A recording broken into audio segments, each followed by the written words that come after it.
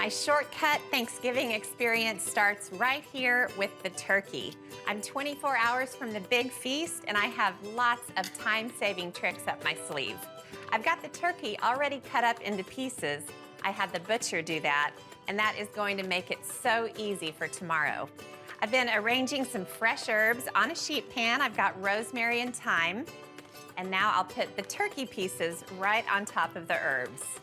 Cooking the turkey in pieces the day before accomplishes two things. First of all, it cooks a lot faster than if you have to cook the whole turkey itself. Second, you can cook it ahead of time, carve it up, and save all that time that you don't have to spend carving on Thanksgiving Day. I'm just gonna heat it up with some broth. I tell you what, this is probably gonna be the easiest Thanksgiving turkey I have ever made. All right, I got the meat all on there. I'm gonna sprinkle everything very generously with salt and pepper. I want this turkey to have a lot of flavor and seasoning. I'm just dotting the surface of the turkey with butter. I think butter is the best seasoning you can put on the outside of the turkey. It just makes everything so golden and wonderful. All right, now believe it or not, I'm gonna drizzle on just a little olive oil for good measure. Just make sure all the skin is covered. Now I'm gonna get the turkey in the oven. It's gonna roast in a 350-degree oven for about an hour and a half or until the meat is 165 degrees. It looks absolutely perfect. Look at that golden skin. Now I'm just gonna cover up the turkey. I'm gonna let it rest, and then I'll come back after about 45 minutes and carve it up. Okay, time to carve. First, the breasts. I'll cut them into nice, juicy slices. That's one, then the second. Next come the thighs. I'll pull out the bone to make it a little easier, then carve it into slices. That's one and two. Then it all goes onto a clean sheet pan, the legs too, and it's all ready for the big day. I'm gonna cover it with foil, and tomorrow I'll just sprinkle it with broth and reheat it in the oven. So I'll get the turkey in the fridge. This is the Thanksgiving turkey I made yesterday. It still looks wonderful. I'm just gonna sprinkle it with some chicken broth just to make sure it doesn't dry out in the oven when I reheat it. You can be pretty generous here, just kind of making sure all the surface is moist. And then I want there to be enough in the bottom of the pan to kind of steam inside the foil. Okay, I'll get the foil back on into a 350-degree oven. It's just gonna take him about an hour to totally heat up. Oh boy, look at that. The turkey couldn't look more gorgeous. Oh, yum. Now I'm gonna take the turkey out of the roasting pan. That's why I love these racks. Just gonna let it rest for a little bit, and I'm gonna pour off all the wonderful, magical, flavorful, incredible, heavenly juices from the pan. I'm gonna use that to make gravy in a little bit. All right, the last thing I have to do is make the turkey gravy. The turkey's out of the pan. I poured all the yummy drippings out of the pan, and I let the grease separate from the drippings. All right, now into the grease, I'm gonna sprinkle in some flour, and I'm gonna make a nice roux out of all of this turkey yumminess. And then just whisk it together. If the paste seems to be overly greasy or if the grease starts to separate from the paste, I just sprinkle in more flour.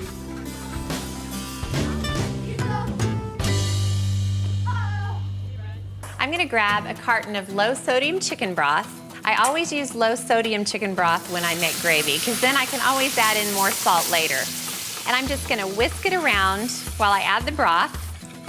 Okay, the next thing I'm gonna do is pour in some of the drippings. Now the drippings are all the liquid from the turkey minus the fat. I'm gonna pour in about a third of them. I don't always pour them all in at once. Now I'm just gonna let the gravy cook over medium-low heat. It's gonna get thick and start bubbling. And while it does that, I'm gonna get to work on the giblets. I've been boiling them just in simmering water, and I'm gonna chop them up and add them back to the gravy, and that just makes even more flavor. Now I also boiled the neck. I don't want any part of the turkey to go to waste. And I'm just gonna get a little bit of the meat off, just to have a little added texture, a little added flavor. So I'm gonna go ahead and throw all the giblets in, then I'm gonna stir them all in.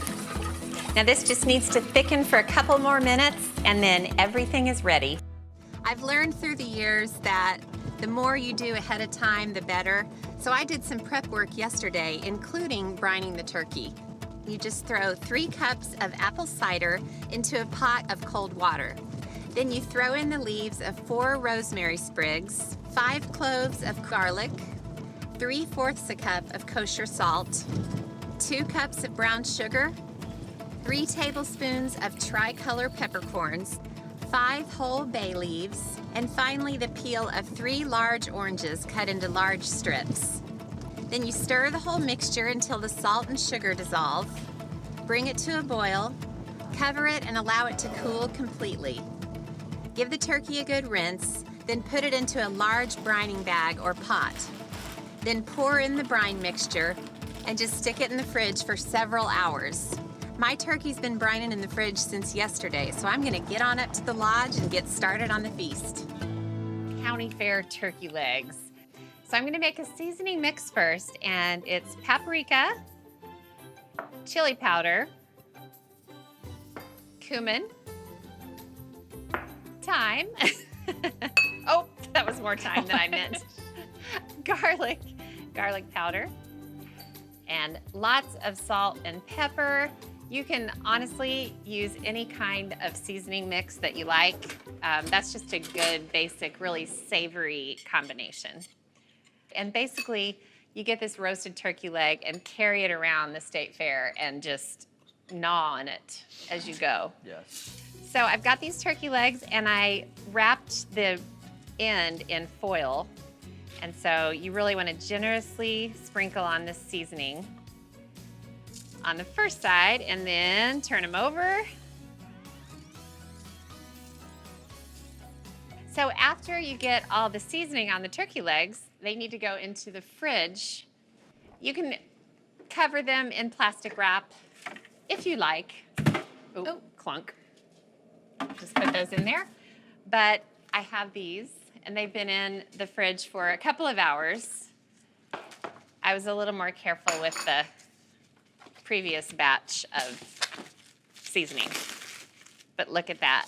Wow. It just gives the seasoning time to kind of get in there and penetrate. So let's get these in the oven. So they're gonna roast at 325 degrees for 40 to 45 minutes until they reach an internal temperature of 160. Wow. They smell so good. So I'm actually gonna turn on the broiler. Let's wait for it to stop beeping. And I'm gonna put them under the broiler, but first I wanna brush on a little bit of honey, which just kind of deepens the magic, I think. Just kind of dab it on, and I'll put it under the broiler just so the turkey legs can get a little bit caramelized. And there's so much like savory stuff in that seasoning mix that we made that the honey just kind of gives it a little bit of like salty sweet magic. Really yummy. All right, do those look properly glazed? They look great. They really do. Wow. So I will put this back into the oven and just let them kind of finish up under the broiler. And again, you know how I love a dipping sauce. I'm gonna make a quick little sauce to serve with the turkey legs. And it starts with barbecue sauce, a little bit of soy sauce, a little bit of hot sauce, and more honey. Get down there, honey. But if you want to serve these at a party at your house, this is a great little sauce to serve with it. So I'll pour it into this cute little cup. Ooh. Oh my goodness. That was actually the perfect amount of time. Ooh, gosh, those are good. Now, at the state fair, usually they're kind of cool enough to handle. So You can let them sit and rest for just a little bit, but how fun are these? Oh my gosh. It just makes chicken legs look sorely inadequate, unabashedly big. All right. County Fair turkey legs, also known in some circles as caveman pops. Tell you what, if you like to get your protein in, this is about a week's worth right here. Spatchcocking a turkey. So I am just melting a stick of butter and I'm gonna doctor it up with deliciousness, starting with a 1/3 cup of maple syrup, real maple syrup, some garlic, sage, rosemary, and thyme. What a delicious butter. I'm also gonna add a little bit of salt and pepper to the butter itself. All right, that's already starting to mix together. And while that happens, I'm gonna spatchcock this turkey. So this is about a 14-pound turkey. And I'm just gonna go in with these kitchen shears. And you just wanna use the kitchen shears to cut on either side of the backbone. It allows the turkey to cook really evenly, but then when you've done it right, you've got the whole backbone cut out. So now what you do is flip the turkey over and you've got to take your 2 hands and just press, and you'll know you got it when you hear that bone break. Just kind of spread it apart, but basically you wind up with this turkey that's kind of laying flat, so it's gonna roast so evenly. So I'm gonna put it into the roasting pan, and I've already got a bed of veggies in the pan. Carrots, onions, and celery, the classic veggie combination. And I'll bring the pan up. Now for the maple herb butter. I'll just brush it all over the surface of the turkey. I mean, this is a beautiful sight. Okay, I got most of that butter brushed on the turkey. The maple syrup is gonna help caramelize the surface of the turkey, and it's just going to be incredible. Season the outside of the bird pretty generously. Oh, that is one beautiful bird. So I'm gonna get this into the oven. For the first stage, I'm gonna put it into a 425-degree oven. That's a pretty high heat, but it's only for about 30 minutes to get the browning process started.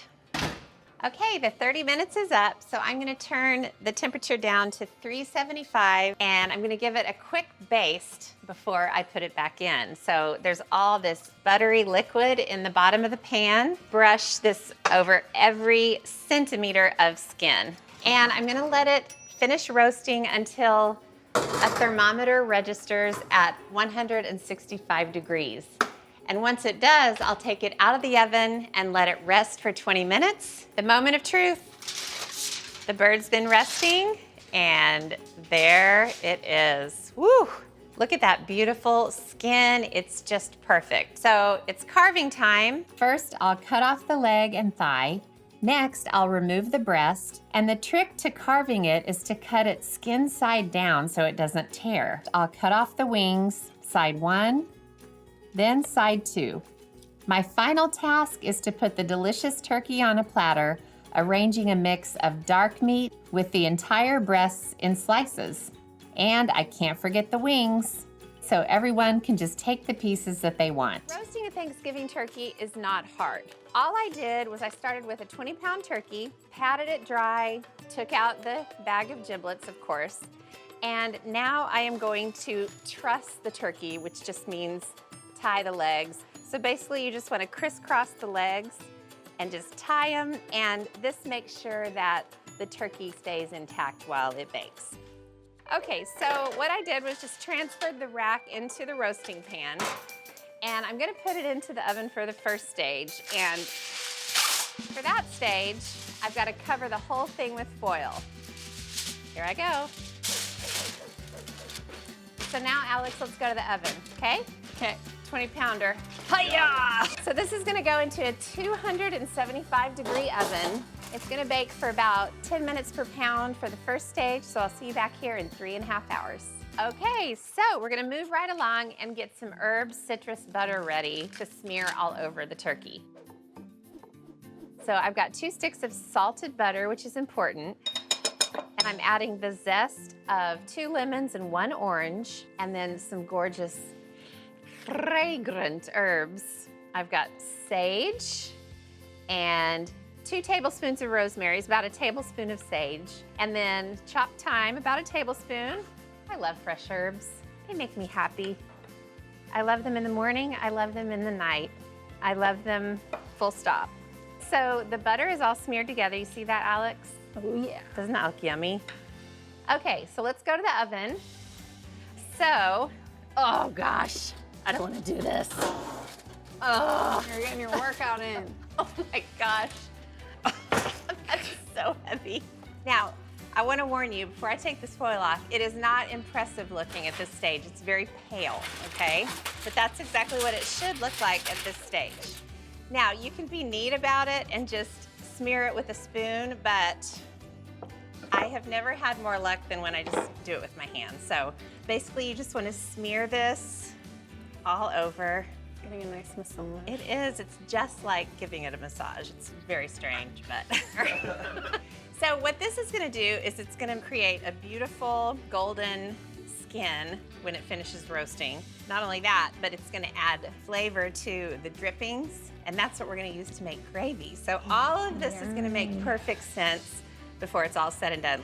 Okay, so I'm going to put it back into the oven, but before I do that, I want to put a meat thermometer in the leg, and you want to go right behind the joint, deep into the turkey, and that way you know that the temperature is basically registering the coldest part of the turkey, so you know it'll be done if this is right. So I'm gonna leave it uncovered, put it back into the oven, turn up the heat to 350 degrees, and let it finish roasting. It's gonna take about an hour and a half, and I'll baste it as I go. Okay? See you back here then. I think the turkey's ready. You ready for this? Oh, I'm ready. Ooh, it's... Oh, hello, my beautiful baby. Oh gosh, it looks amazing. The temperature's at 165, and that's when I like to take the turkey out. It'll keep cooking for, 10 or 15 minutes when you pull it out. So you don't want to overcook it or dry it out. So I need to let the turkey rest before I carve it. So I'm just gonna loosely cover it with foil. Lots of foil on Thanksgiving.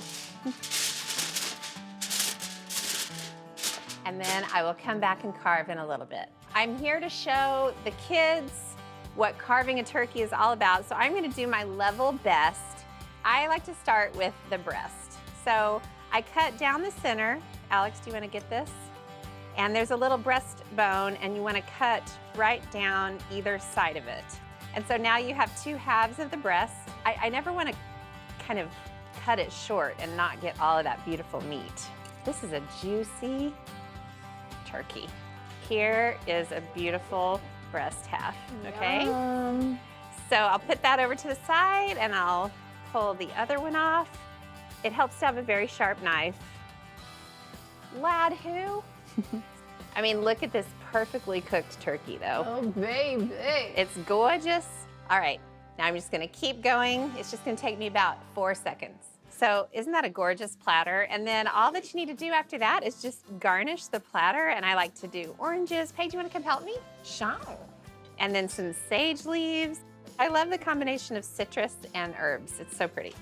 What do you say, Paige? Should we go on down to the house and leave these guys behind? Whoa, whoa, whoa. Happy Thanksgiving. No, I'm just kidding. Okay, this is beautiful. Roasted Thanksgiving turkey, all carved, put on a platter with some garnishes. Absolutely perfect. Happy Turkey Day. All right, time to take the big boy out of the fridge. This is heavy. I always do a 20-pound turkey because we have a lot of people to feed, but also because that's what I've always made, so I do it the same every year. Okay, now the brine works its magic overnight. The salt works its way into the turkey meat, makes it really tender, kind of makes it juicy, but it does make the surface of the turkey really salty. So I'm gonna give it a really good rinse, get in the crevices, just like giving one of my babies a bath. And then I'm just gonna submerge the turkey, whoop, right into the water. And I'm just gonna let it sit in there for about 15 minutes or so, and that'll make sure all the excess salt in the cavities and on the skin gets washed away. All right, now I'll just stick the big guy on a baking sheet. I've got some paper towels on there, and I wanna get him nice and patted dry before I put him on the roasting pan. Okay, nice and dry. Now you don't want the wings sticking out while it roasts, so I just lift up the bird and tuck him in as tightly as I can underneath. Okay, now for the legs, I'm just gonna tie them together, tie it nice and tight. Now I've got some really heavy aluminum foil. Just tuck it over the handles. I wanna trap as much heat in the pan as possible. Now for the first stage of cooking, this is gonna go into a 275-degree oven for about 3 to 3.5 hours. All right, the turkey's been in the oven for 3.5 hours. I'm getting ready to take it out and get it ready for the next stage. I'm gonna smear butter all over the surface, and I'm gonna flavor the butter with rosemary and orange zest. I've got 2 sticks of butter, and I'm gonna add a good amount of finely minced rosemary. And then I shaved some orange peel off of an orange and then cut it into teeny little slivers. Gonna add a little salt and then just mush this all together. This orange rosemary butter is a nice nod to the brine mixture. The brine has both in it. Okay, now it's time to flex my muscles. I'm gonna get the turkey out of the oven. The house smells divine. All right, here we go. 1, 2, 3, up. Woo. And I'm gonna raise the temperature to 375 degrees. That's what the turkey will need on the second stage. All right, I'll take the foil off. And that is exactly what it's supposed to look like at this stage. It hasn't gotten brown yet, it's just started the cooking process. So I'm just gonna use my hands because it's faster. And I'm just gonna smear the butter all over the surface of the turkey. I want the orange zest to kind of stick to the surface of the bird. It's so pretty. Okay, now, my father-in-law Chuck is the only member of our family who likes stuffing in the bird. The rest of us like it in a baking dish. And I'll just stick it in the oven before the guests arrive. Nan and I always joke around that Chuck likes soft food. Everything he eats, he wants it to be nice and soft and soaked in liquid. And that's why he likes his stuffing in the bird. Now the very last thing to do before it goes back into the oven is to insert the meat thermometer. I've got a heavy duty one here, and I just stick it in the really thick part of the thigh. And that's the only way I can really tell if the turkey's done. Now the turkey's gonna go back into the 375-degree oven for about 2 to 2.5 more hours until the temperature reads 165. And while it cooks, I'm gonna baste it every 30 minutes with the golden butter and the juices to make sure it's golden brown and awesome.